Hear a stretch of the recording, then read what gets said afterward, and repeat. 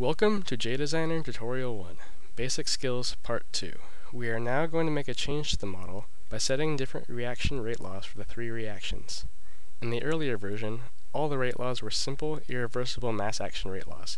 For many models, this may not be realistic. Instead, we will employ in the next version reversible Michaelis-Menten rate laws.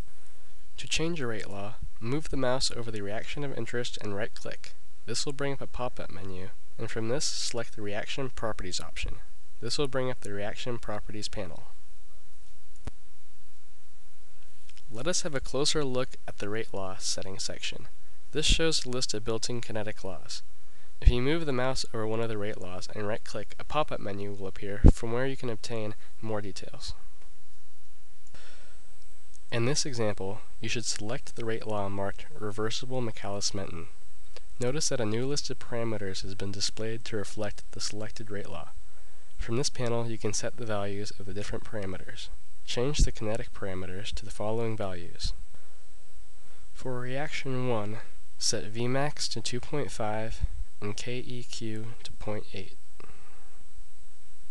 For reaction 2, set Vmax to 1.2 and KEQ to 0.2.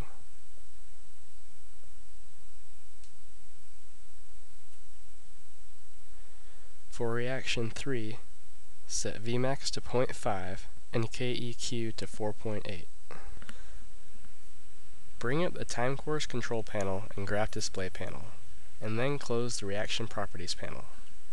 Set the time end to 10 units and press the run button. Notice the difference between the new simulation and the earlier one. Whereas before, all the mass ended up in the last node, in the new simulation, the mass is distributed. Given the values for the equilibrium constants, you should be able to predict the final ratio between node 0 and node 3. Your prediction should correspond to the simulation values. Until now, we have plotted results from simulations. There will be times when the raw data is required. This can be easily accomplished by selecting the table viewer and rerunning the simulation.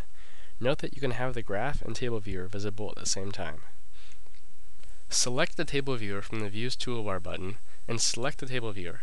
Click the Reset button on the time course simulation control panel and set the number of points to 10.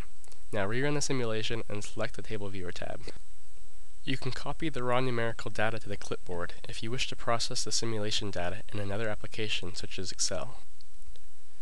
In the previous model, all the molecular species node 0 to node 3 were free to change during the simulation. The system was a closed system. Biological systems are, however, open. That is, there's a net and steady flow of mass from one model boundary to another. In a real system, the system boundaries are usually fixed, and as a result, the system will reach a steady state rather than equilibrium. Let us now change the previous model by fixing node 0 and node 3. Rerun the simulation and compare it to the original version. First, close all viewer and time course windows. Changing nodes from float to fixed status is very straightforward. One can either bring up the Node Properties window and change the setting from this window, or one can use a shortcut from the pop-up menu. Either way, change the status of node 0 and node 3 to boundary nodes. Boundary nodes are indicated by a shadowed edge. Once you have changed the status of the two edge nodes, bring up the time course simulation and graph panels and run the simulation. Notice that this time the system reaches a steady state. Before we continue to the next stage, close any time course control panels or viewing panels, such as a graphing panel. What if we wanted to compute the steady state immediately rather than using a time course simulation? Under the Analysis toolbar button, there's an additional analysis option called Steady State Analysis. Selecting the Steady State option will bring up the Steady State panel. The Steady State panel is very simple. It has a single button marked Run. By clicking Run, JDesigner will attempt to find the steady state, assuming there is one for the system. If a steady state is located, the values for the steady state concentrations are indicated in the table below the Run button. This concludes Part 2 of Tutorial 1. In Tutorial 2, we will study some of the basic properties of a simple metabolic branch and introduce the notion of a pathway flux.